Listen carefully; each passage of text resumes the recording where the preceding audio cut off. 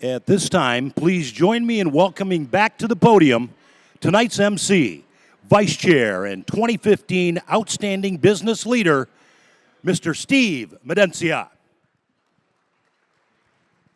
Welcome. I very much appreciate it, and it sounds like everybody's having a spectacular time. I told you this would be a special evening. I told you would meet some special people, and it definitely sounds like that. What other time in your life have you ever been in a room so interesting, with people so interesting, with a solar eclipse coming in 2 days? Not in a long time, I'll bet you. So remember that. I'd like to thank the fellow Outstanding Business Leader Awards Committee, so you don't think that it's just myself putting this together, that are here with us tonight. First and foremost, I need to thank our chairman, Dan DeVos. Dan often drives us to a new level to do things better, and then as soon as we get there, he politely and professionally says, "Great job, guys. Can we do a little bit more?" And so, Dan, thank you very much for your encouragement.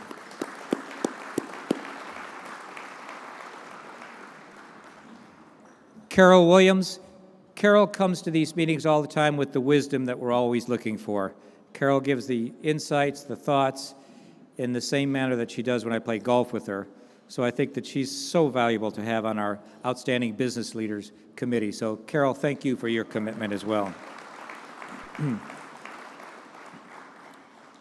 We also have several of my fellow Board of Trustee members in attendance, and I'd like to acknowledge them if I may, please. First Board Trustee Jason Brickle. Jason, I think I saw you back there. Yes, please. Oh, sorry. Sorry, I missed. It's when I saw you at the drinks is when I thought of that, Jason, so I apologize for that fully, completely. You know, Jason's an interesting guy because at our board meetings, he brings energy and enthusiasm like nothing else, and it pushes us, it drives us, quite frankly. So it's always happy to have your presence, so thank you very much.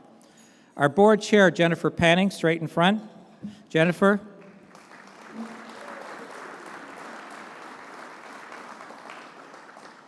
Many of you need to get to know Jennifer if you don't know her already.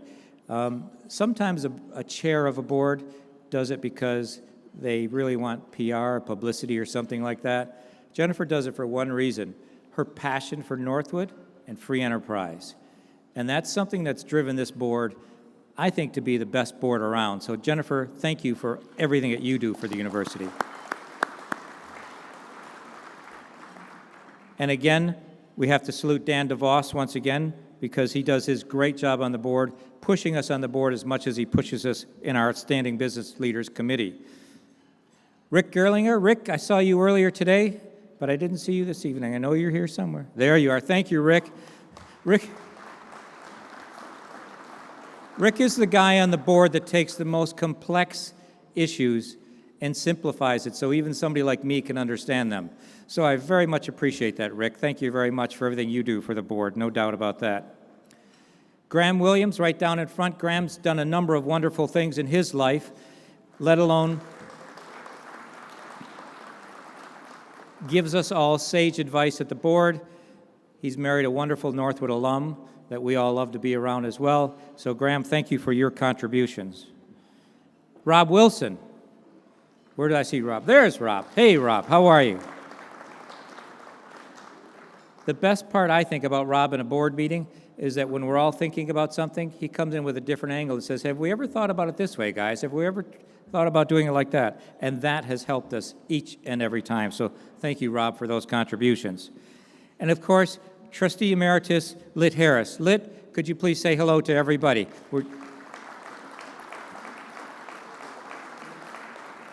When we were down at the Breakers in Florida, he was a regular all the time, and correct me if I'm wrong, this is the first time we've seen you up in the Dearborn facility, so really pleased to have you here. It's my distinct honor to recognize the esteemed outstanding business leaders and distinguished women alumni present this evening as well. And to acknowledge their exceptional contributions, I invite them to stand when their names are called, and then perhaps at the end we could have a round of applause for all of them. So from the class of 2007, Dan DeVos. From the class of 2016, Don Tocco. From the class of 2017, Jack Crusola. From the class of 2017, Carol Williams. From the class of 2013, John Walbish. And Jason Brickle, you think I'm going to forget you, but I'm not going to forget you again. So, thank you, Jason.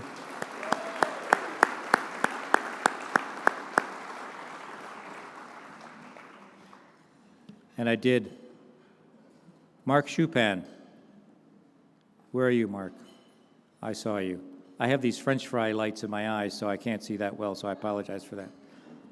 Mark, the class of 2020. But with the distinguished women we also have here this evening, from the class of 2014, Lynn Stinson. Lynn, would you please stand? From the class of 2017, Pamela Good. From the class of 2019, Sandy Morrison. And Lit Harris, again, in honor and in memory of the distinguished woman, Vanita Harris, the class of 1986. Congratulations and thank you to all the alumni of the Outstanding Business Leader Program. The entire activities that we do, from earlier today, the luncheon that we had, the special Keystone Luncheon, to the interaction with the students that we have, to this evening, couldn't be done without acknowledging the great sponsors and partners that we have. And we first and foremost must acknowledge tonight's president-level sponsor, Lead Car, powering Brickle Companies. Lead Car has been a wonderful partner to Northwood, led by our alumni, Regina and Jason Brickle. Their sponsorship alone at this level includes $20,000 that directly benefits the Endowment Scholarship Fund and the Northwood University students. So, Jason, thank you for your generosity and your support. It's outstanding. At the trustee level, we're also grateful for the Dan and Pamela DeVos Foundation, for the for the East Penn Manufacturing Company, for Wallbridge Building Design and Construction Consultants. At the officer level, you know, the Aftermarket Auto Parts Alliance with Auto Value, Bumper to Bumper, and All Pro, and JM Family Enterprises. At the director level, General RV, Dow. At the executive level, American Honda Motor Company, Inc., Mid-Michigan Materials, DL Tocco and Associates, David and Carol Williams.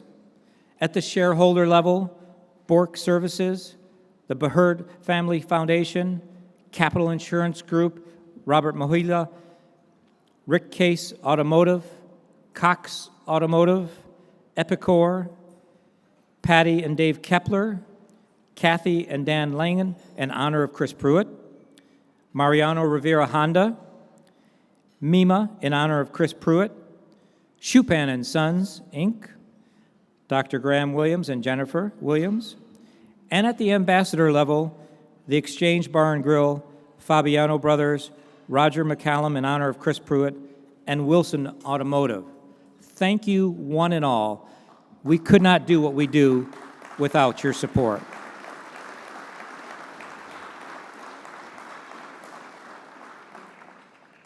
Now, many of you within this room attended this afternoon's Keystone Luncheon, and it's where our students gave a little bit of a teaser about the honorees of this evening. And in addition, they also provided them a memento.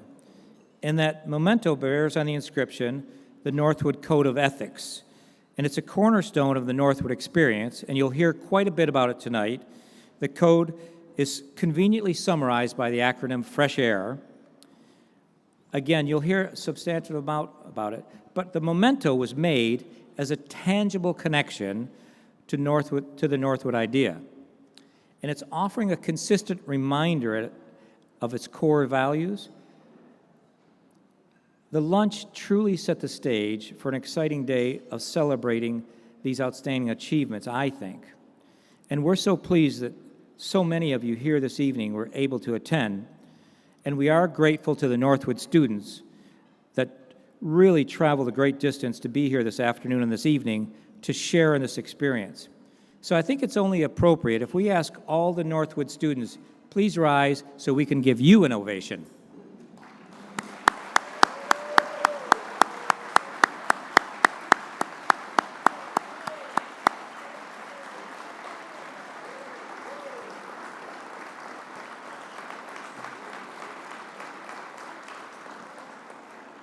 Thank you very much. If you haven't gotten to know these young women and young men at all tonight, I guarantee you, when we have the after-dinner drinks, get to know them. They are remarkable. Now, they're remarkably led by an individual that I'd like to introduce next, is our esteemed president, Dr. Kent McDonald. Kent?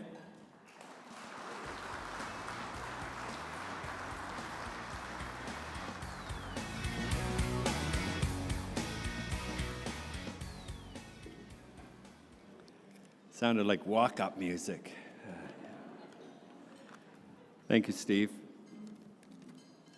Steve ended thanking our sponsors, of which there are many, and I want to reiterate how important they are. And then he combined those comments with introducing our students. So when we think about why we're gathered here, undoubtedly it's to recognize and honor outstanding business leaders, a remarkable cohort this year. But if I were to take you just a little bit deeper, into deeper waters about what this is really about, it ties back to our students. And it reminds me of a time when I was asked to get involved with raising some money to build a play structure in Ottawa, Ontario, in a part of the city that economically wasn't so good. And all we had to do was raise $50,000. And so I set about thinking, well, this is going to be quite straightforward. And what I came away from that experience was we have lost an understanding of what money means sometimes, that when we hear certain athletes making a certain amount of money, businesses being sold at a certain amount, we've actually don't truly understand what $50,000 is anymore. And so we struggled with raising that amount of money. What I took from that was we needed to tell a story. We needed to go beyond, it's just not $50,000. It's the reason we need to build this play structure in this particular part of the city is because it was filled with a lot of young moms, single mothers, children. They would go to school, and through their experience, they didn't have an opportunity to connect as moms. These children weren't living a healthy life.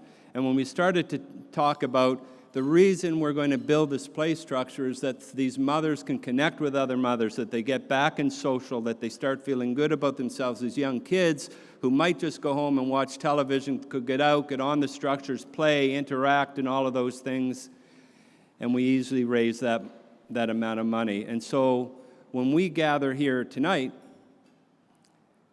it's not lost on me when I see these incredible students that this is deeply about how do we ensure that young people today that are committed to the things we believe in at Northwood, these fundamental founding father principles of free markets and free enterprise, limited government, not no government, but limited government in our life, personal responsibility, private property, rule of law, those are the things that more young people need.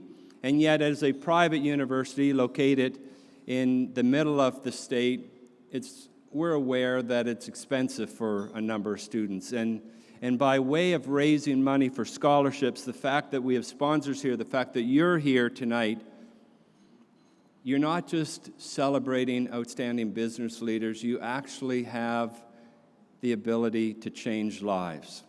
And so there are two people I know well, Kennedy Hatfield, and a young guy, he likes to go by D-Lo, but his name is DeLorean Ishman, two graduates of Northwood who have been able to go through this fine institution because of the help that you've been able to provide us, and they wanted to leave us a quick message before I make my remarks. This scholarship quite literally has meant everything to me. When it was time for me to apply and start looking into colleges, I was in a single-parent home. Northwood University wouldn't have even been an option if it weren't for the scholarships to support me in my dream of attending the university. This scholarship gave me the opportunity of a lifetime, and now, as a student here, I never take a moment for granted. Up until getting to Northwood, it was a lot of struggle and step backwards while still trying to go forward. It wasn't really a climb up the hill that just kept going straight up, as my mom had a lot of financial hardships dealing with layoffs. Another thing was just not having enough experience for certain jobs. And then me and my stepdad got in a car accident around when I was 10, 9 years old. So it permanently disabled him, and then it gave me physical therapy for the next 5 to 6 years. So that stopped me from playing football. To those who have provided me with the scholarships, all that I can say is the most sincere and heartfelt thank you. You allowed me the opportunity to attend my dream school, and I am forever grateful. I want to make a promise to the donors that I will continue the legacy you put forth and one day help provide an opportunity to the hopeful student who always dreamed about getting a Northwood education, just like you did with me. It took donors like you to help me know that my spot at Northwood was safe. It gave me comfort to take my mind off my financial hardships and focus on my grades. I hope my story does inspire you, because you're helping us grow and you're helping us get to positions that we never saw, more than you know. Thank you. And so all of you who have contributed here tonight, I thank you. And I just want to repeat again, the lead car, Regina and Jason, two proud alum. Jason, I know Regina's tied up, but if you could express our sincere thanks. Another alum, Dan, and his wife, Pamela, who have been just instrumental. East Penn, Chris, we have this great relationship that goes back to East Penn, literally decades, and what they've been doing for the aftermarket program. And Wallbridge, literally one of America's great construction companies. Ambassador, thank you. But all of you, we deeply appreciate your support. And so let me just pivot for a second here and share some thoughts with you why Northwood is such a special place. Steve earlier talked about 1959, these amazing things that happened in state in 1959. But other things were happening in 1959 that if I could dial you back to as well. Also, on January 1st of that year, I call them terrorists, but a group led by Che Guevara and Fidel Castro took over Cuba, literally 65 miles south of Florida. And before too long, it became the communist country and the communist government, 1959. 5 days after that, on January 5th, much further away, President Khrushchev gathered 70 leaders from countries around the world. Imagine 70 countries were showing up in Moscow for a multi-week experience on how communism was going to take over the world. There were two young people and their wives here in this state that said that's not going to happen. We need a new kind of university that's going to prepare people and embolden them and celebrate these principles, the foundations upon which this has become the greatest democratic republic in the history of the world. And so about 100 days after that, Northwood gets launched. And so if we fast forward to today, it's not exactly the same, but I'm worried when I see what's happening in the country in terms of more socialistic type of thinking, that a government should control everything and take more money for us to control. That emphasis is going across the world today. And when I look at what's happening at different universities today, someone who has spent really a professional life of trying to understand what is the purpose of a great university, I get worried. We just have to listen to the news to see some of these messages occur. And so what about it at Northwood? Some of the things that you need to be aware of at Northwood is we're highly sensitive to the perception that's taking place in the public right now, and that is a university education even worth it anymore? And that's manifesting itself in the fact that we have government officials saying that we're going to take money from you and pay off literally billions of dollars of debt for choices that people make because they can't get the jobs that they are hoping. By the way, most of the debt that's being paid off are for graduate students, not undergraduate students. there's this thing that we believe in at Northwood about personal responsibility. And what do we do as a university? We offer programs that we have an impeccable record of preparing young people to be resilient and have grit and go out and make our communities more prosperous. And that's played itself out in more than one-third. Look, we're not the richest university, we're not the largest university, but the fact that over a third of our graduates are entrepreneurs, they own or co-own their own companies, and those that don't have been prepared through our approach to learning, this experiential approach to go out and become leaders within their respective industry. On our campus, you are not going to find graffiti, you're not going to find garbage. We're producing a young person, the type of people who want to be independent and say, why not me? Why can't I live the American dream? Why can't I start my own company? That's the type of people that I encourage you to have an opportunity to speak with tonight. It's exactly the type of young people we think is important for us to move the country forward to where it needs to go. And so look, you could come into my office, you're all welcome. I just don't know another president has a nice picture of some students who walked into my office one day. It was Thanksgiving, they took a picture of themselves, and Jennifer knows them well. And it said, our students were saying, what are you thankful for? And these two young women wrote on this great big sign, I'm thankful for capitalism. So that's a dirty word on a lot of university campuses today. And I'm proud to have them in my office. But why is this Northwood's commitment to free enterprise and democratic capitalism so important? Well, in many of those you who are here today, including my lifetime, that over my life, we have eradicated 80% of the extreme poverty that has existed in the world. Through capitalism, we have raised up over 2 billion people who used to live in extreme poverty. And so, what was the reason that occurred? Was it the International Monetary Fund? Was it the United Nations? Was it the World Bank? Was it USAID? No, it wasn't. Arthur Brooks was on our campus not long ago, and he said the reason that happened was capitalism. And so, Brooks, when he was on our campus, said there were 5 reasons why this has occurred. Number 1, globalism. Number 2, free markets. Number 3, a commitment to private property. Number 4, rule of law. And number 5, democratic capitalism. He also, by the way, in another recent book called Who Gives, pointed out that those people who believe in those values, like people in this room, aren't committed to asking the government to take more money from us and give it out the way they think it should be given out, that those people who are committed to those principles give 30% more back to charities, to their communities, and to universities. And so why do I bring up Dr. Arthur Brooks? Is because this is an open invitation to all of you that this June the 6th, on our beautiful campus in Midland, we are having our President's Freedom Celebration. Dr. Ben Carson spoke last year.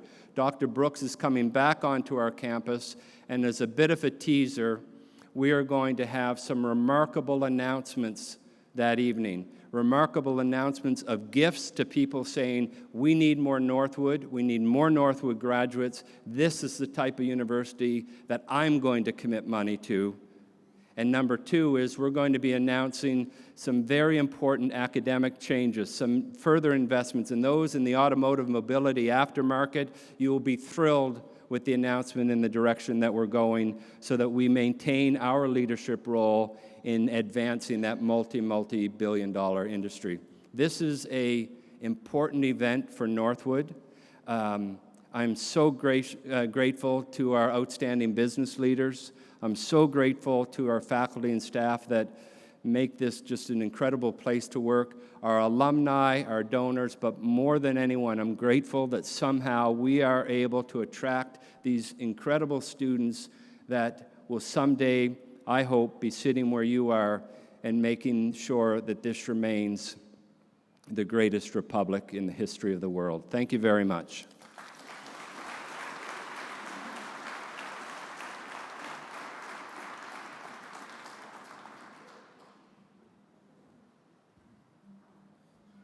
Thank you very much, Kent. It's interesting now that we come to the meat of the program. It's time to meet our outstanding business leaders, and each one will be introduced by a student this evening. And first, I'd like to welcome to the stage Brooke Engelhardt, of class of 2025, studying her BBA in marketing and a Northwood University Fresh Air Ambassador, who will introduce our first outstanding business leader and the Richard DeVos Young Entrepreneur Award winner, Eric July, the CEO and founder of Ripaverse.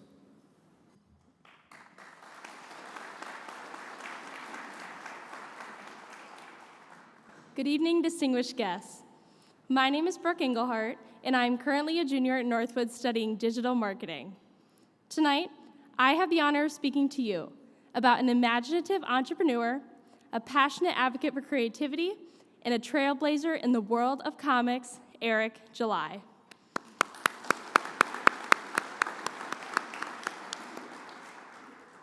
In 2022, Eric embarked on a journey to revitalize the comic book industry by founding Ripaverse, a comic book company dedicated to recapturing the essence of the golden age of comics.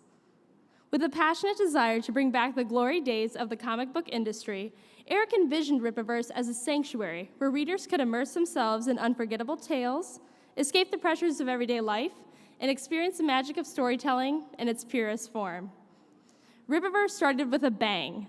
The story unfolded with the release of Item No. 1, which you'll be able to peek into a world of later this evening. A 96-page comic book written by Eric himself, including a character named Avery Silman, who is an entry-level hero known as Isom. This groundbreaking project shattered records and captured the hearts of comic book enthusiasts around the globe. Assembling an astonishing $2.6 million in funding, Eric's work soared to unparalleled heights, earning its place as the most successful crowdfunded comic book project in history. What makes this achievement even more extraordinary is the manner it was accomplished. Eric refrained from the conventional route of utilizing traditional crowdfunding sites, opting instead to run the campaign on Ripaverse's dedicated website. This bold decision not only showcased Eric's entrepreneurial awareness, but also demonstrated his unwavering commitment to maintaining creative control and fostering direct connections with his audience. By the campaign's conclusion, Eric had surpassed all expectations, raising an astounding $3.7 million. This accomplishment stands as a testament to Eric's unique dedication, his down-to-earth leadership style, and his ability to inspire others to rally behind a shared vision. But Eric's impact extends far beyond the world of comics.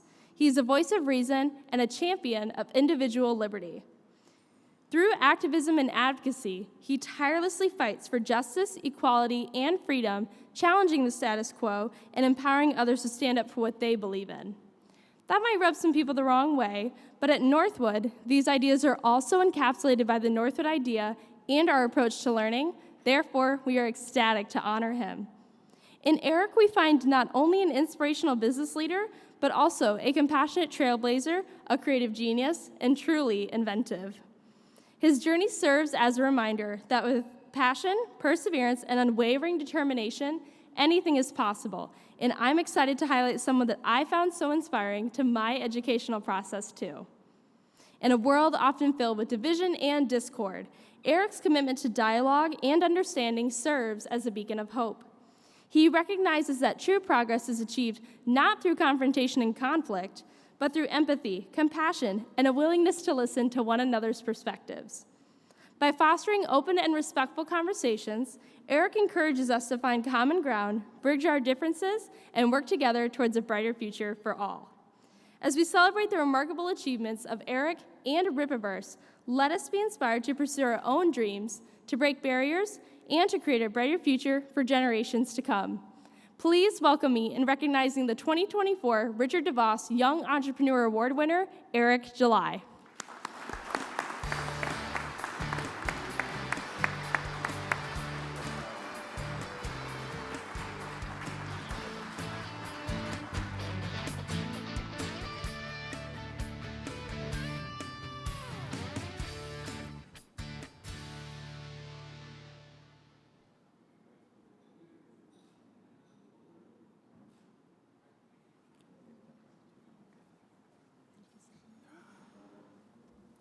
Can we please give a round of applause for Brooke? That was amazing. And originally, I came here with a plan, but that kind of got derailed after my experience with you all, so I'm going to hype y'all up.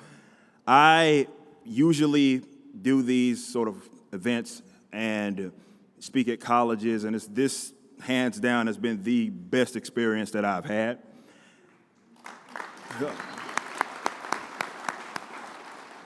And of course, that's to be attributed to you guys' ethics. I love that you have a code of ethics, fresh air. And a lot of that is concepts that I, of course, believe in and I try to instill in really everything it is that I do. So I am incredibly thankful for you guys to honor me with this. I've been able to meet all of these lovely people, and I met a lot of you guys last night at the 20 under 40. That's been amazing seeing these young people. I'm as inspired as I have ever been. But my introduction, ironically, to Northwood was my aunt. She's out of Dallas. She went to actual Northwood in Cedar Hill. And that was my first introduction. And then when we got contacted and I heard that you guys wanted to honor me, I was like, uh-oh, what did I do? Thought I was in trouble. But no, to be able to have a university where you guys are instilling these core concepts that a lot of young people need to, of course, adhere to is phenomenal. I pick it up with everybody that I've had a conversation with, whether they're a student now, whether they have been around the block. I'm so appreciative of that, and you guys have welcomed me as family. So I would love to do anything. I said this, I told you, if you guys want me back whenever, I will do it, hands down, just say when. I'm so, again, incredibly appreciative of you all. But of course, we've all been talking about markets, entrepreneurship, and I love to talk you guys' ear off about that. But I'll just leave you guys with this. Capitalism, as I define it, is the private ownership of goods and services and the free and voluntary exchange of those private goods and services. And oftentimes, unfortunately, because folks that maybe adhere to more socialistic lines of thinking, they have painted it to mean something that it is not. The way that I see it, the best way to honor your fellow man, to serve your fellow man, is to contribute to capitalism. The thing that I find the most fulfillment in everything it is that we have been able to accomplish, yes, $10 million nearly in 2 years is awesome, but the fact that we are able to give good-paying jobs to awesome people that love what it is that they do is so incredibly important to me, and that can only be achieved through capitalism, through free enterprise, and all of these lovely things that you guys already adhere to. So if I can leave you with nothing else, of course, I'm very appreciative, but you guys already know through fresh air what it is that you should be out there doing, especially those young people that are out there. So keep doing you, keep being great, as I always say. And again, I'm so appreciative of you all. Thank you.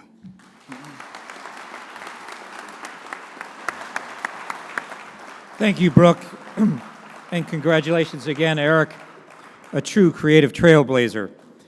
Now we'd like to welcome to the stage Lane Fernelius, class of 2025, studying automotive marketing and management, who will introduce Mr. Mamadou Diallo, Automobile Sales Senior Vice President, American Honda Motor, Inc.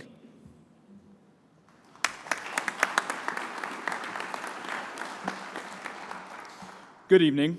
My name is Lane Fernelius, and I am a sophomore at Northwood University, where I'm currently studying automotive marketing and management. And tonight, it is my distinct honor to introduce Mamadou Diallo for our next Outstanding Business Leader Award.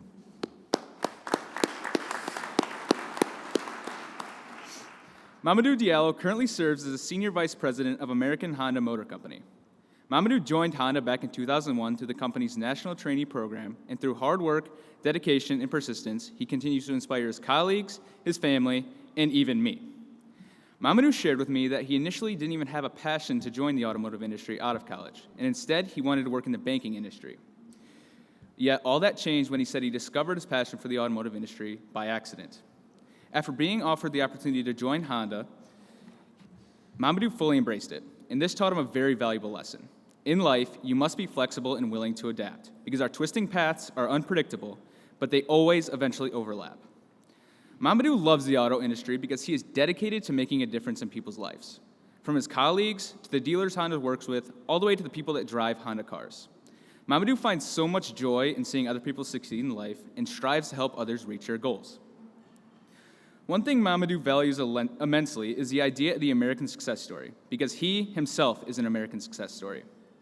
Mamadou made his way to the U.S. early in his career, and in fact, along that journey, Mamadou shared with me that one of the most challenging obstacles he had to overcome was actually learning to speak English.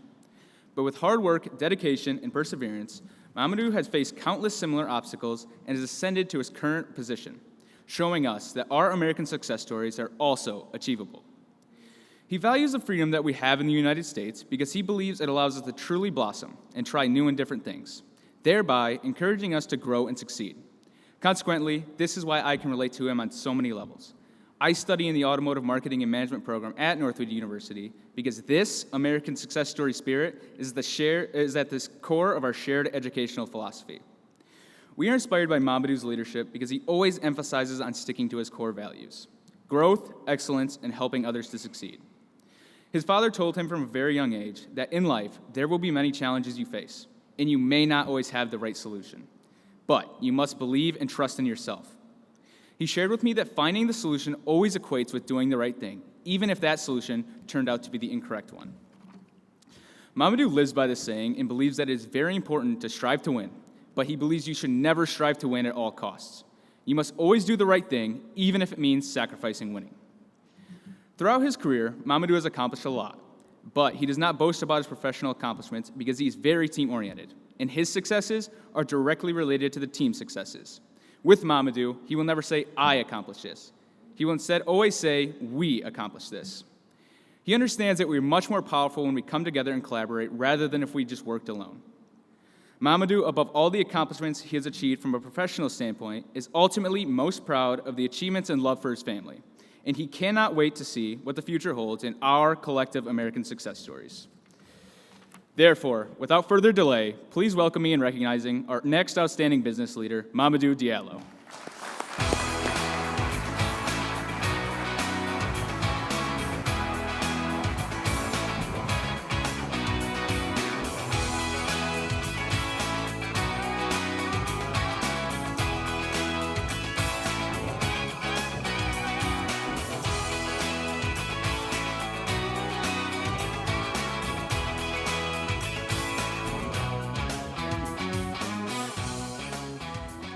Wow, what an introduction, Lane. Let's give him a round, please.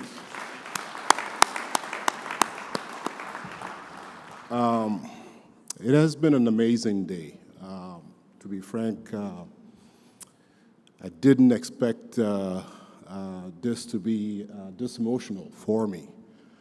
I've been helped by many people throughout my career, and having them join here today is quite emotional. Table 7, table 3, I've got childhood friends here. I've got colleagues I've worked with. So becoming a leader obviously takes a lot. It takes a village. And without the help of colleagues, and many of them are alumni from this outstanding institution, I wouldn't be where I am today. Also working with dealers, many of whom are in this room, and I won't forget table 2, Dan DeVos is also our dealer.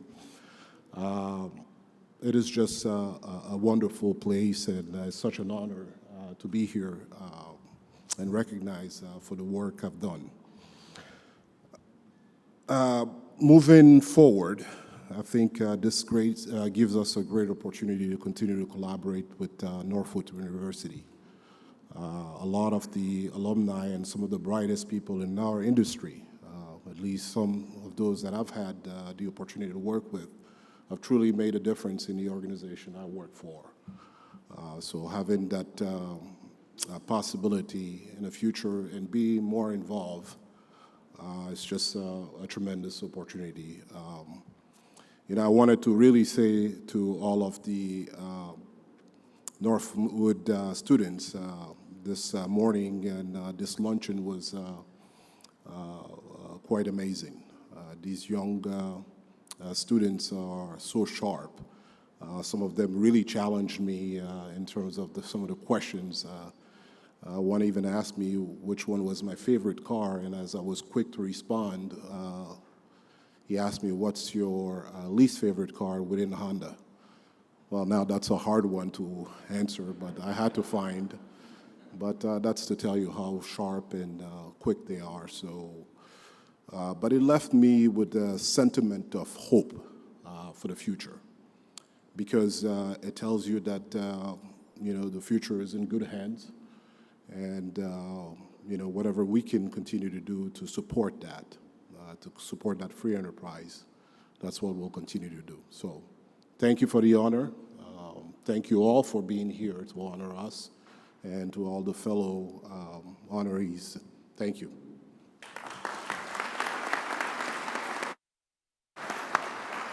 Thank you very much. And it is an emotional evening, quite frankly, Mamadou, for all of us. So wonderful, wonderful. Thank you very much. Please welcome now to the stage Julian Lee, class of 2025, studying his BBA and MBA in marketing, who will introduce Mr. Thomas Latham, CEO of Tri-State Forest Products.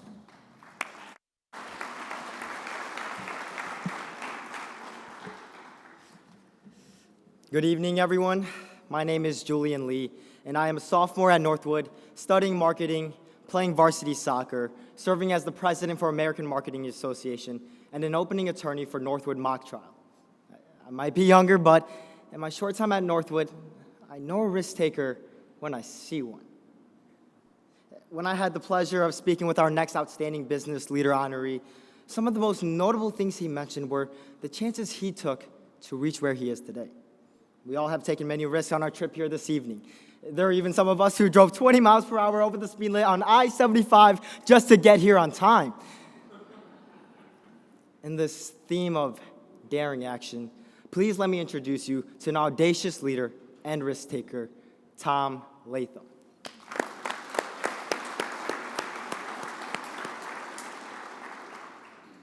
Tom, who is one of the most down-to-earth individuals I have spoken to, created opportunities in the gambles he has taken throughout his career. Like many of us here today, Tom was a Northwood University student. After graduating, he began his career as a sales trainee at Georgia Pacific, climbing the ranks where he was promoted to management. It didn't take long for a private company to recruit Tom's talent, where he worked there for 20 years. Yet his impressive career did not end there. When most people would start to think about retirement, well, Tom had an ambition to start his own company. This is where he demonstrated his leadership and took the risks most people would shy away from, establishing a leading supplier of building products, Tri-State Forest Products.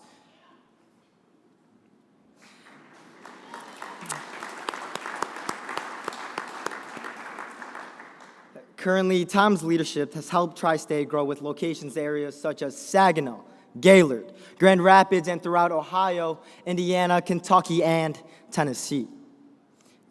To visualize the risks that we take in our lives, we often need to imagine building from the bottom up. We need solid wood materials, much like those provided by Tom's company. And so let's liken that process to the game of Jenga. In Jenga, you take a risk by moving a block from the foundation of the Jenga tower and place that block on top of the tower. Then it's another player's turn to do the same. As we progress in the game, the risk of the Jenga tower falling down increases. However, the height of the tower continues to grow. In the end, the only way to win the game is to take the risk of just moving one more block to the top. Even if you take the risk of falling, you still have the same amount of Jenga blocks as you started with, yet everyone involved, all players, old, new, some seasoned, and some starting out just like me, learn from the hazards and risks while playing the game. Tom told me a story about one of the greatest challenges he faced in his career where he had to take a risk to grow. When he started Tri-State Forest Products, he expanded it from 2007 to 2011 with, at the time, only 4 distribution centers. As many of us remember, this was when the U.S. economy entered a recession. And naysayers criticized his entrepreneurial spirit, questioning if his business would make it. And you know what his response was to those critics? You must not know me very well. Despite the poor economy, Tom took the risk and continued to develop and build, now building and doubling the amount of distribution centers, creating over 200 jobs and still growing. Tom shows us that, just like the Northwood idea, we must push forward in business because the rewards almost always outweigh the costs when taking risks. Over the course of his career, Tom was willing to take the risks to grow both professionally and personally, not just for himself, but for his family of colleagues, employees, and clients. Today, Tom might be past retirement age, yet he is still actively working at Tri-State. Why? Because as he shared with me, the most rewarding part of his job is creating future opportunities so that his employees can raise families of their own and provide an education for their children, just as he has. Additionally, he humbly wishes to continue providing scholarship for students like me at Northwood University with the Thomas Latham Endowed Scholarship.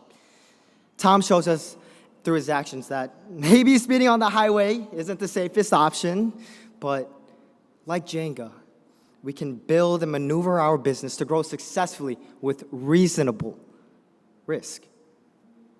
For these reasons, it has been an honor to connect with an individual of sincerity, honesty, dependability, and an unequivocal risk taker. Therefore, please help me in welcoming 2024 Outstanding Business Leader, Tom Latham.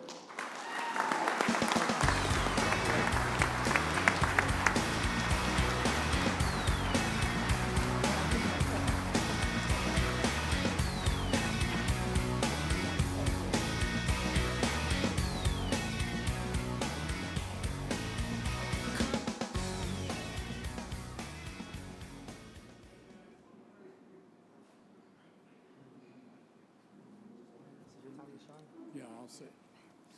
Julian, I want to thank you so much for the introduction. And let me tell you, you are going to be an inspiration to people in your lifetime. Trust me.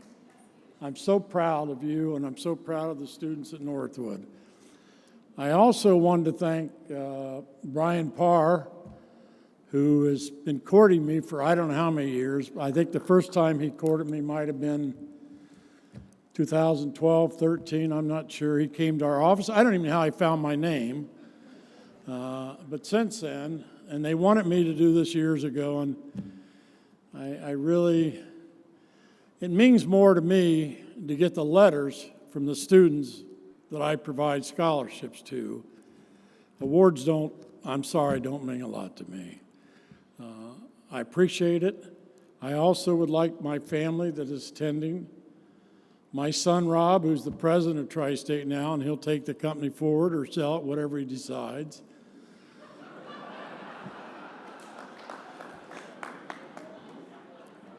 He said to me the other day, he said, "Isn't that the American dream?" I said, "Rob, that was never my American dream.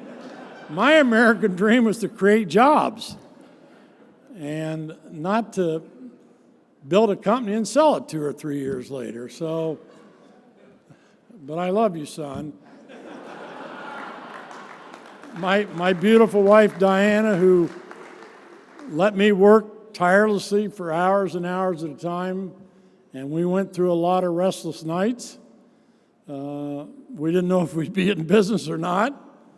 And my daughter, Lisa, and my granddaughter, Mackenzie, and her husband, Jack, and Rob's friend, Amy. I also would like to thank Kent, the Northwood staff, the professors and the students for allowing me to receive this award. I think every university I wish was this way, because I already was a free enterprise guy when I came here, but they instilled it in me. And I get nervous of what I seen going on in the country today, because if this country ever loses capitalism, God help us. And nobody should be pigeonholed that they're going to be in this space for the rest of their life. Everybody, I don't care if you're poor, rich, or whatever, should be able to aspire to anything they want to be in life. So I thank you very much for this honoring. Oh, yeah. Great job. Thank you, Julian, and thank you, Tom, very much. And the capitalists in the room, thank you as well. we do have a life still, despite what people think. Please welcome now to the stage Jalen Pitchford, class of 2024 BA and 2025 MBA with a major in business management, who will introduce Sarah Raleigh Opperman, chair of Isabella Bank Corporation.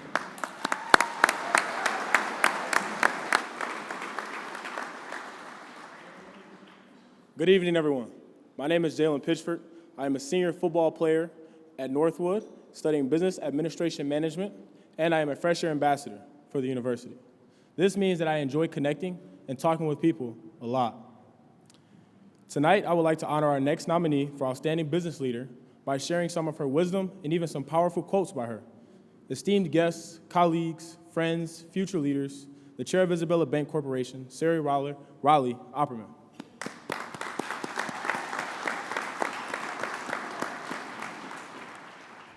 Sarah recently shared during an institutional leadership event founded in her namesake that we must know who you are, listen to each other.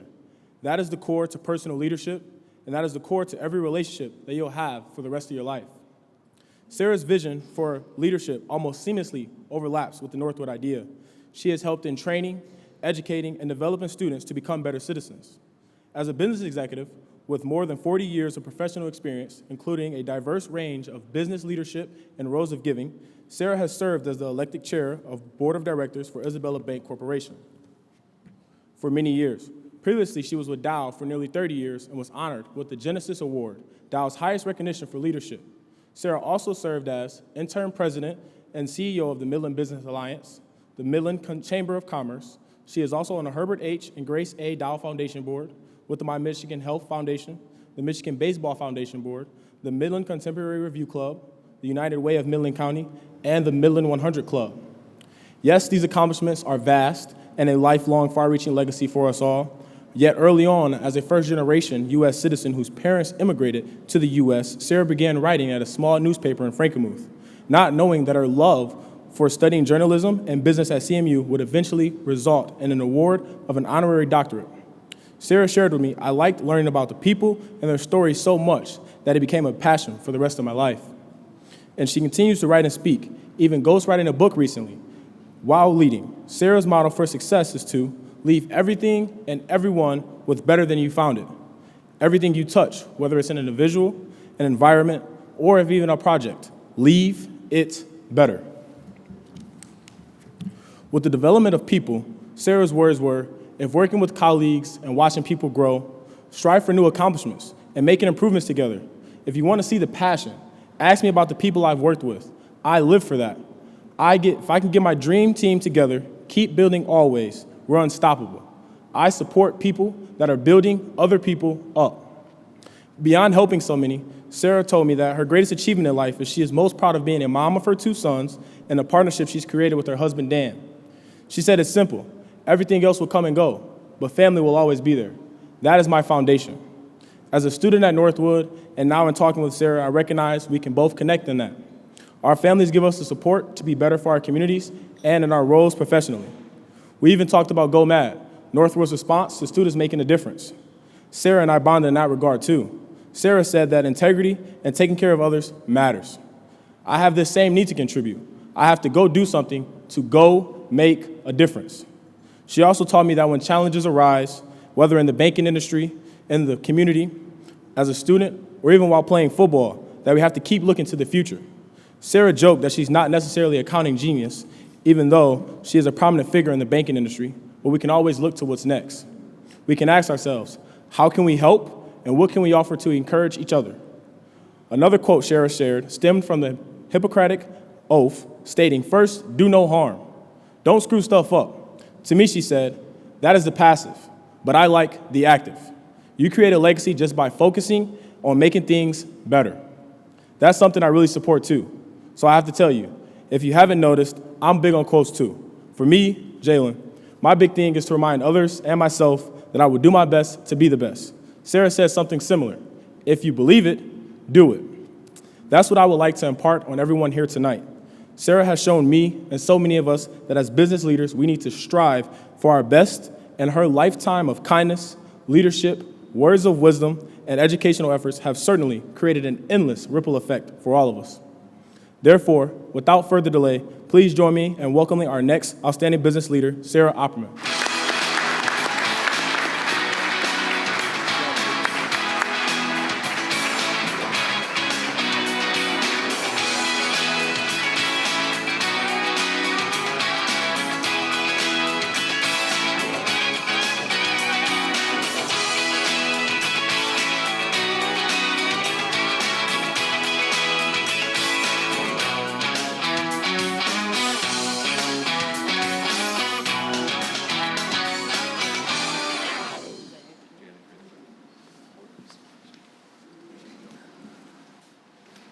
Is anyone else blown away by that? Wow, Jalen.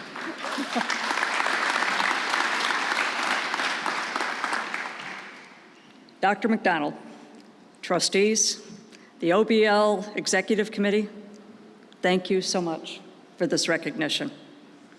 I also want to thank Jim Fabiano, who's not here tonight, who nominated me and who I've had the privilege over the years to follow on both volunteer and corporate boards. I also want to congratulate my fellow recipients, and I want to especially thank Jalen, whose strength of character and enthusiasm, I think you saw just a touch of that, renew my personal confidence in our future. Jalen's parents are here tonight, and Mr. and Mrs. Pitchford, congratulations. I see you over there. You have raised an amazing young man. Congratulations.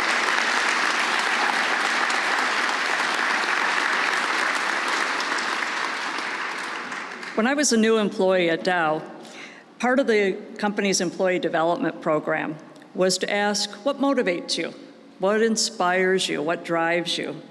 And they had the typical options that they offered, financial security, advancement, the typical things that you might expect, being recognized as an expert.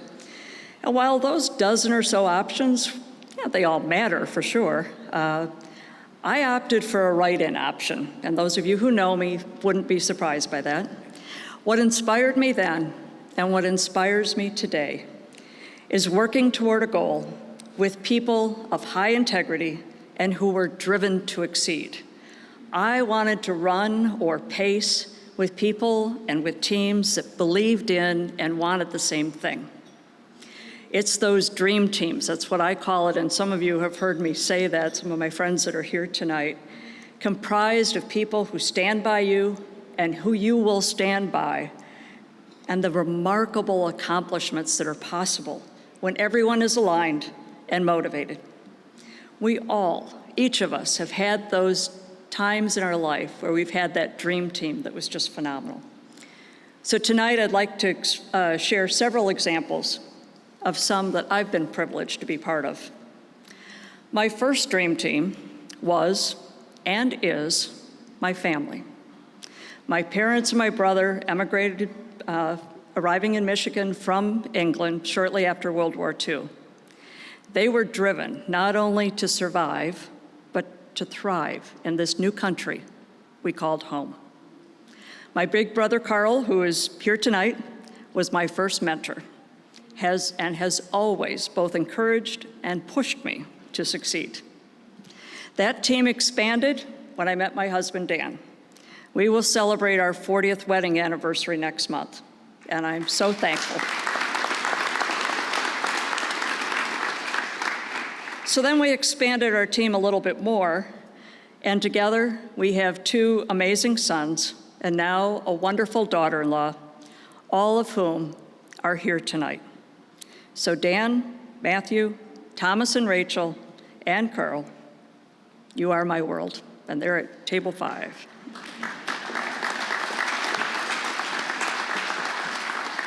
But there's 2 other tables of friends and work associates who are here, and I'd like to talk about them. Our friends, our colleagues, including so many, are both my rock and my inspiration. And I'm looking at you guys down there. Some here date back to Frankenmuth High School, and that's a long time ago now. Others I've met through our kids or through volunteer and community activities, and of course, through work. So the second example of that dream team that I want to talk about is in the workplace. This is where we spend so much of our time. And being able to work with great people on important work in a strong company is absolutely magical. And we've all had those opportunities, I hope, as well. My almost 30 years at Dow started when I interned there in 1980, and I knew immediately I had found my professional home. Throughout my career, I was surrounded by a strong culture of integrity and humility, high expectations, and extraordinarily talented professionals, including a role model who's here, Carol Williams. Dow gave me so many opportunities to learn, to grow, to contribute, and I was privileged to work with amazing people and teams over 3 decades. And for the past 14 years, and I'm looking at my colleagues at this table here, I've been honored to serve with Isabella Bank on both their bank and corporate boards. I agreed to join this bank board, not because I'm a financial expert, and they will tell you that as well, but because of its strong values and unwavering commitment to the communities and the customers it serves. I thank my board colleagues who are here and the executive management who are here tonight. Thank you for being here. Thank you for letting me be part of your world. There goes my paper. In every case, these amazing friends and work teams don't just happen. It wasn't because of luck or coincidence, it was a conscious decision. So to the students here, I encourage you to choose your teams well. Align with the people and the organizations that demand the best from you, and in turn demand and contribute and lead outstanding teams. It's both a privilege and it's a responsibility wherever you are, whatever work it is you do. Know who you are and align with the people and the work that inspires and demands the very best of you, and you will always, always be happy. My third and final example of a dream team that I'd like to highlight tonight is all of you. This group, whether you're business or civic leaders, part of the Northwood family of administrators, academics, students and alums, and supportive friends and family, together we are here tonight, aligned, inspired, and committed to the success of current and future students. Thank you for caring. Thank you for this recognition. And most importantly, thank you for investing in our collective future. Thank you very much.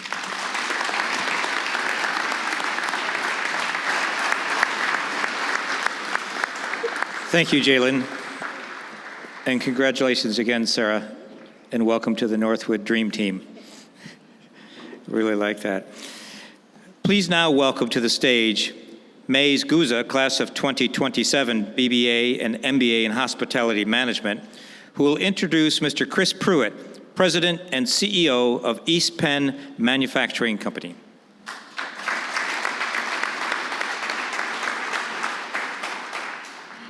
Good evening, everyone. I'm Mays Guza, and I'm honored to introduce our next outstanding business leader, the President and CEO of East Penn Manufacturing, Mr. Chris Pruitt.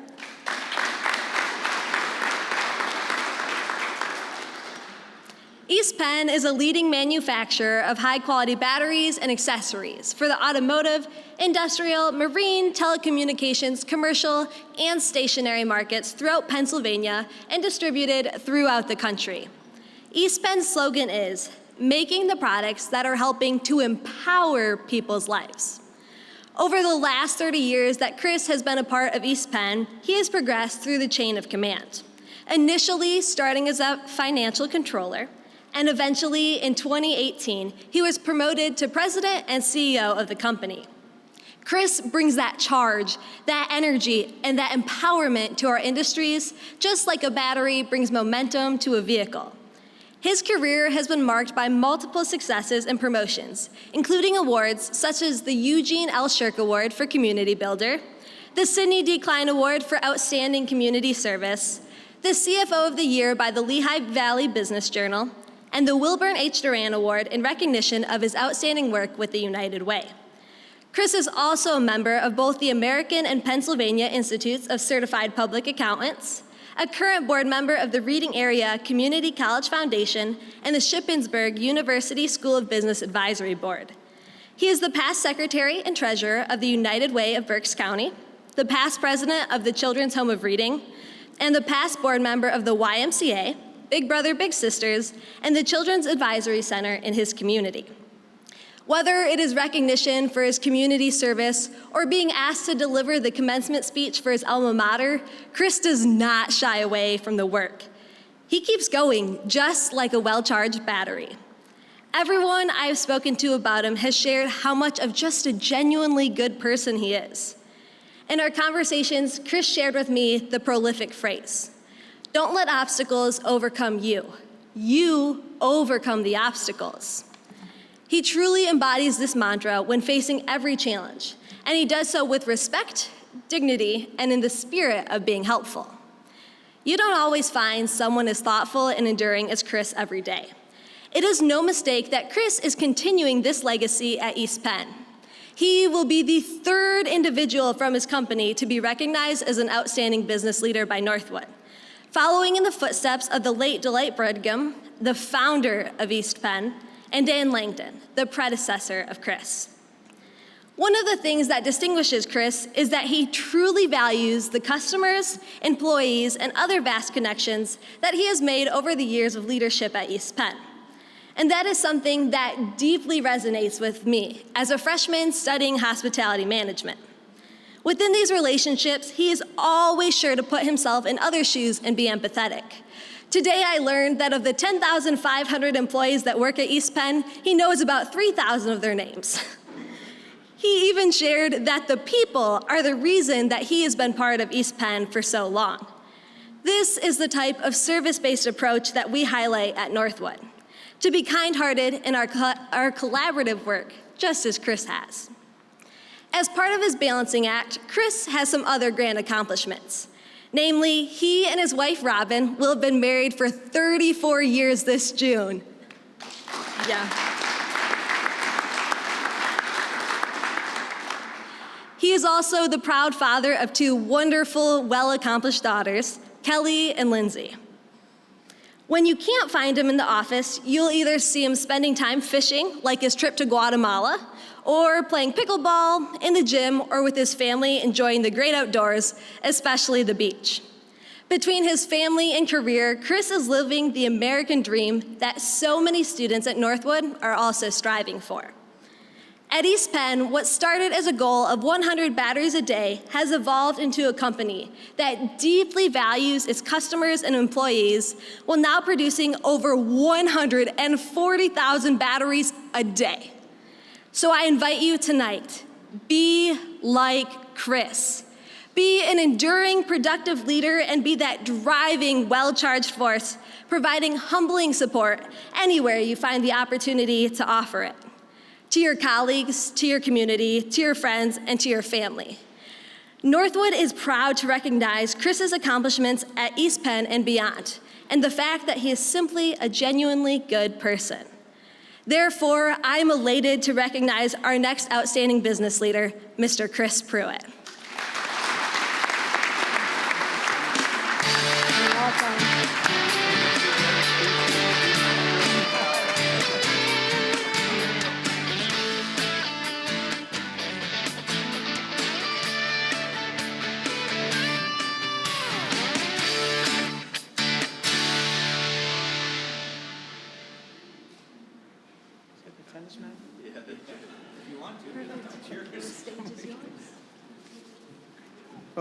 Mays, first of all, thank you so much for that. I wish I had the energy that you had. It's been really this past 48 hours meeting you in person and also meeting your parents. Thank you very, very, very much.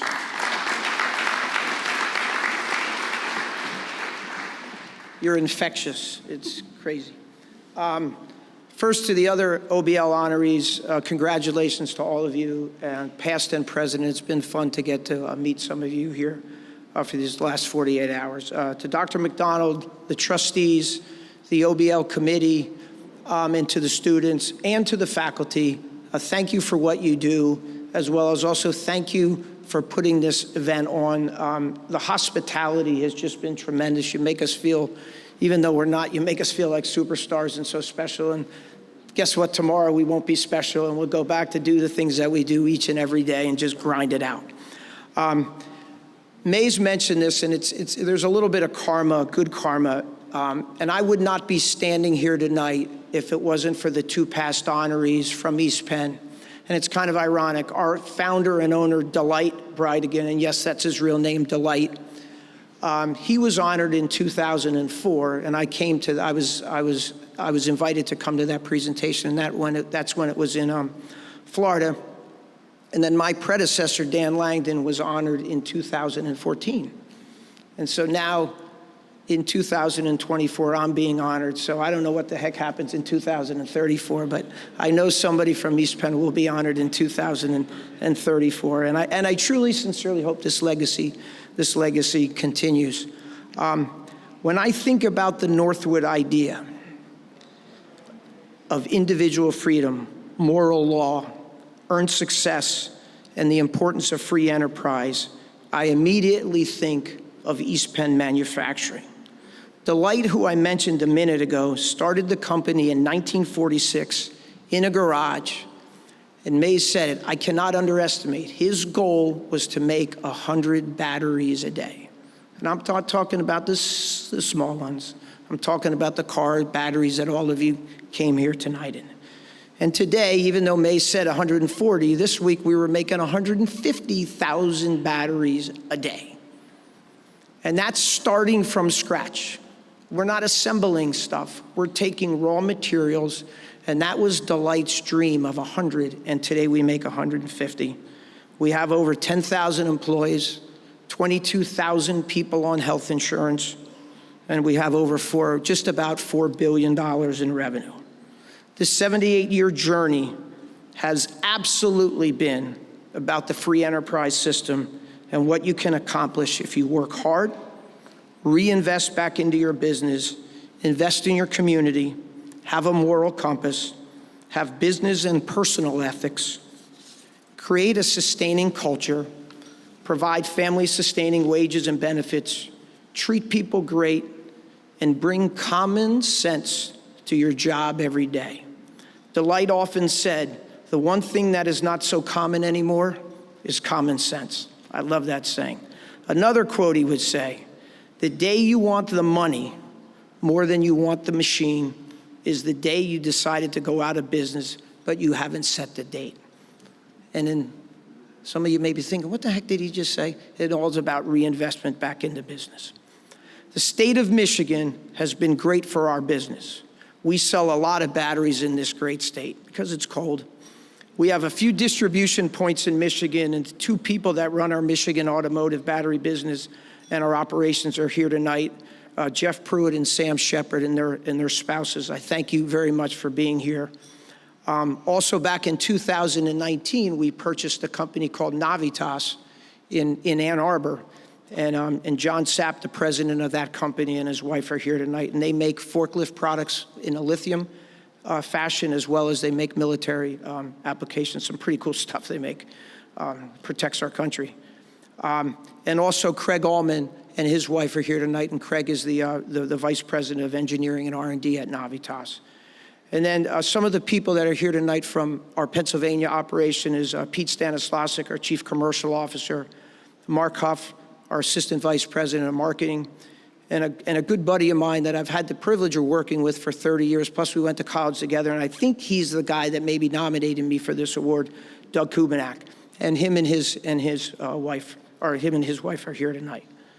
To all the students from Northwood, I recently read an article from a gentleman, Brian Yeager, that does a lot of organizational development work for us. And I just want to leave you with a couple of thoughts because I don't think I could have said it any better, so I want to plagiarize what he said, but giving him the credit. As you continue on your journey, make the mental shift from me to we. Be more concerned about your team's success, their safety, and growth and development. Strive for a level of humble confidence. Humility is a strength, arrogance is a weakness. Be focused, be other-focused. Pay attention to others, listen deeply for their concerns, fears, and aspirations. listen and learn. Talk less and listen more. You learn much more from listening and talking.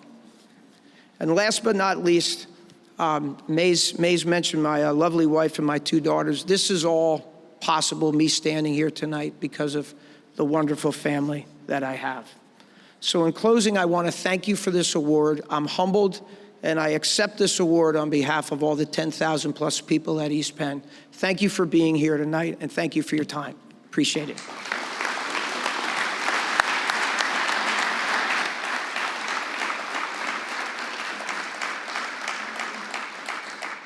Thank you, Chris.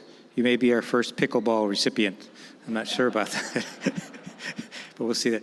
I said something earlier today, I think it's kind of worth repeating when Maisie was up, is that as a freshman, if I had that kind of composure, I just wonder where I'd make it in life, because, boy, I didn't have that, that's for sure. Well done, Maisie. Good job to everybody. Next up is Lauren Bennett, who the class of 2024 studying for her Master's of Business Administration, and she'll introduce Ambassador John Ricola, Jr. Lauren?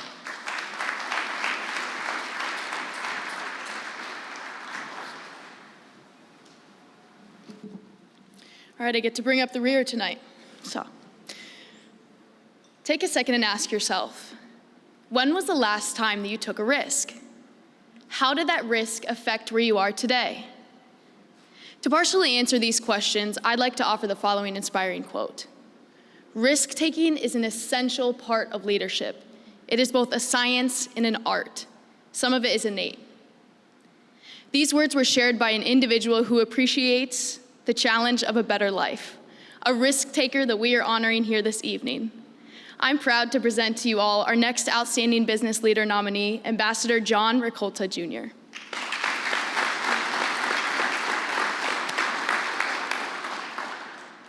Ambassador Ricola is the chairman and CEO of Walbridge, one of the largest construction companies in the United States based in Detroit. With Ambassador Ricola's leadership, Walbridge provides general contracting, construction management, and design-build services for customers in the aviation, commercial, education, manufacturing, mobility, power and energy, and amongst many other markets. Their firm is consistently ranked among the top U.S. builder of automotive and manufacturing facilities and achieved considerable market diversity globally, therefore upholding the mantra that the company is truly built for good.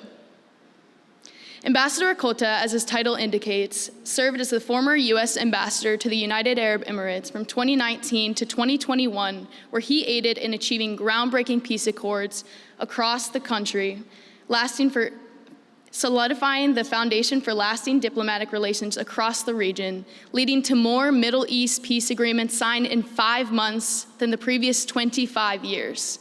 Let that sink in.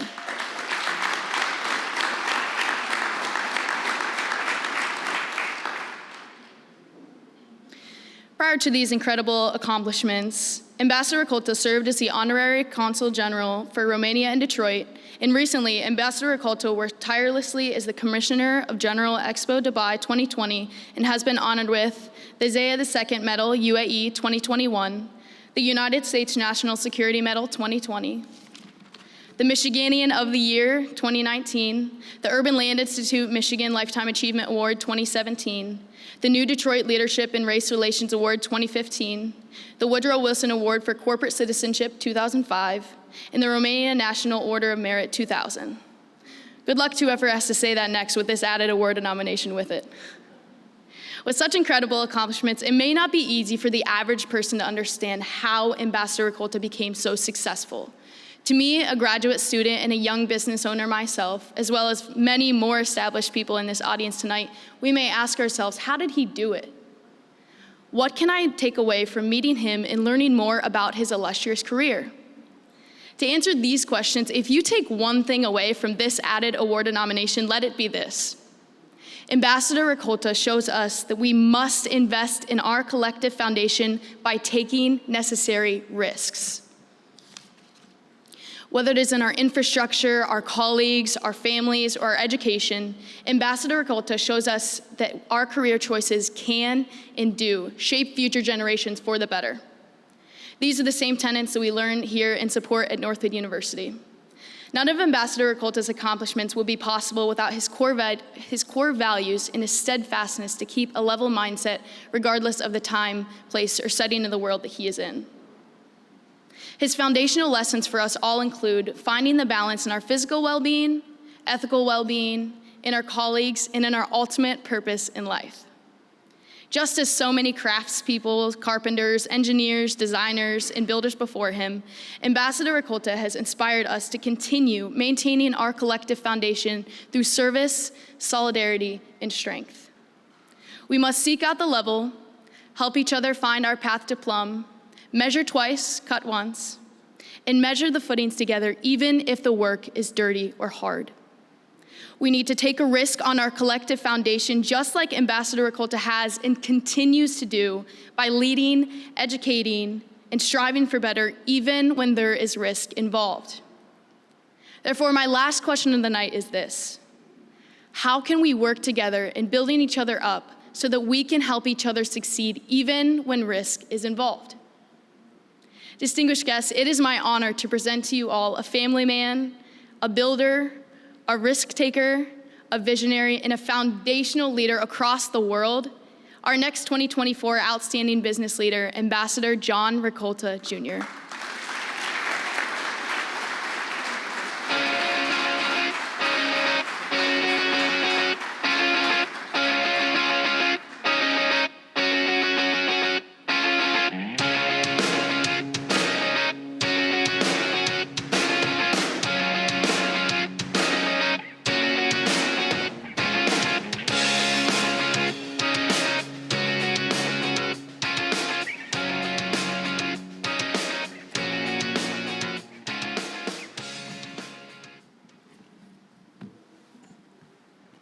Well, good evening, and let me start by saying how deeply honored and humbled I am by the award that you have presented to me tonight, and I want to thank the administration, the university, and all of those who made this evening possible.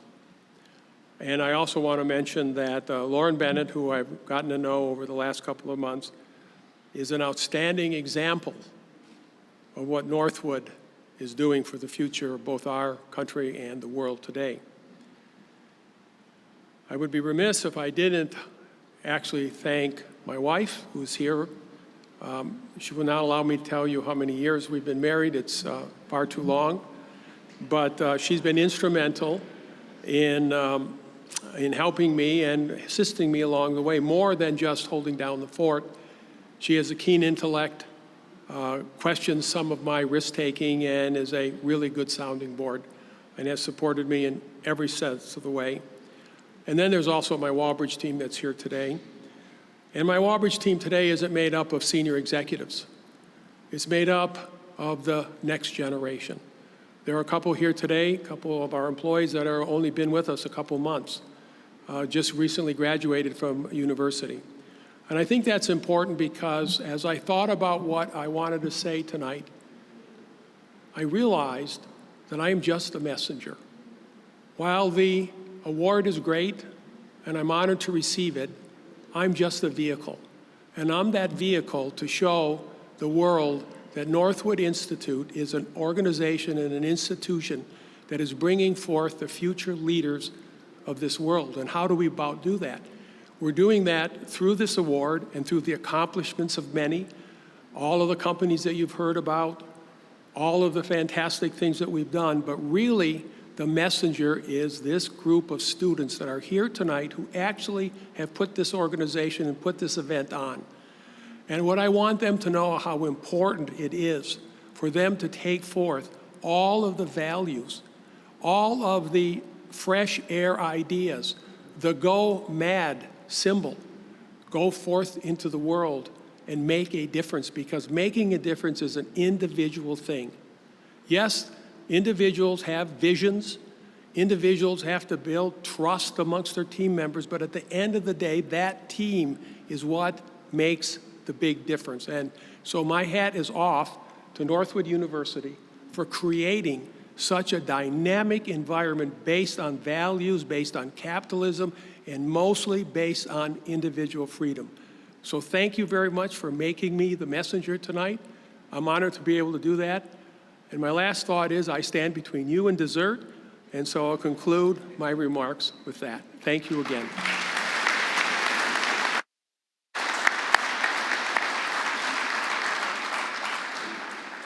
Thank you very much, John.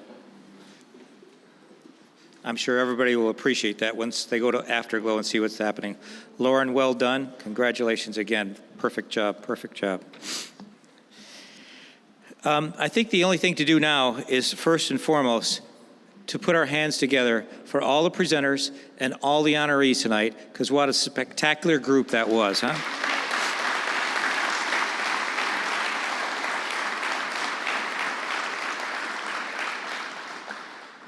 And as wonderful as that group is, and we will get to talk to them all in the Afterglow, we also have the opportunity for anybody in this room to nominate anybody they'd like to for next year's award. And you'll see with your programs, there's a QR code you can scan, and that'll give you directions on how you'd like to nominate somebody for that, or for our Distinguished Women Awards.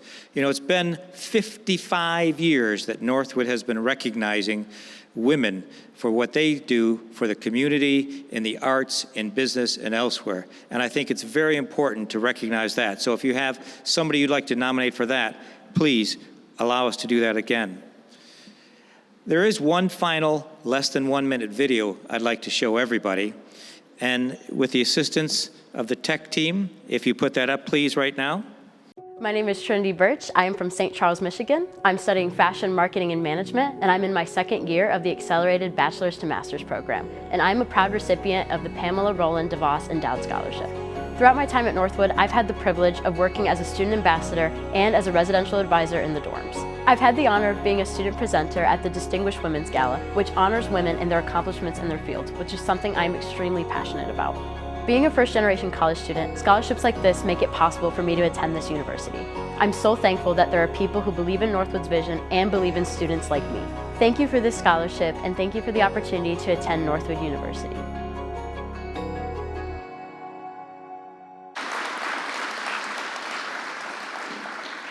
I now invite everybody in the room to join us in the Afterglow, where you're going to find so many different surprises, so many different wonderful things. The ambassador kindly gave up some of his time so we could have dessert, so it'd be rude not to go get one, I imagine. So thank you for that, Ambassador. But you'll see some artwork inspired by Eric July and his Rippaverse team. We've also got some great music in there. I'm trying to find the name.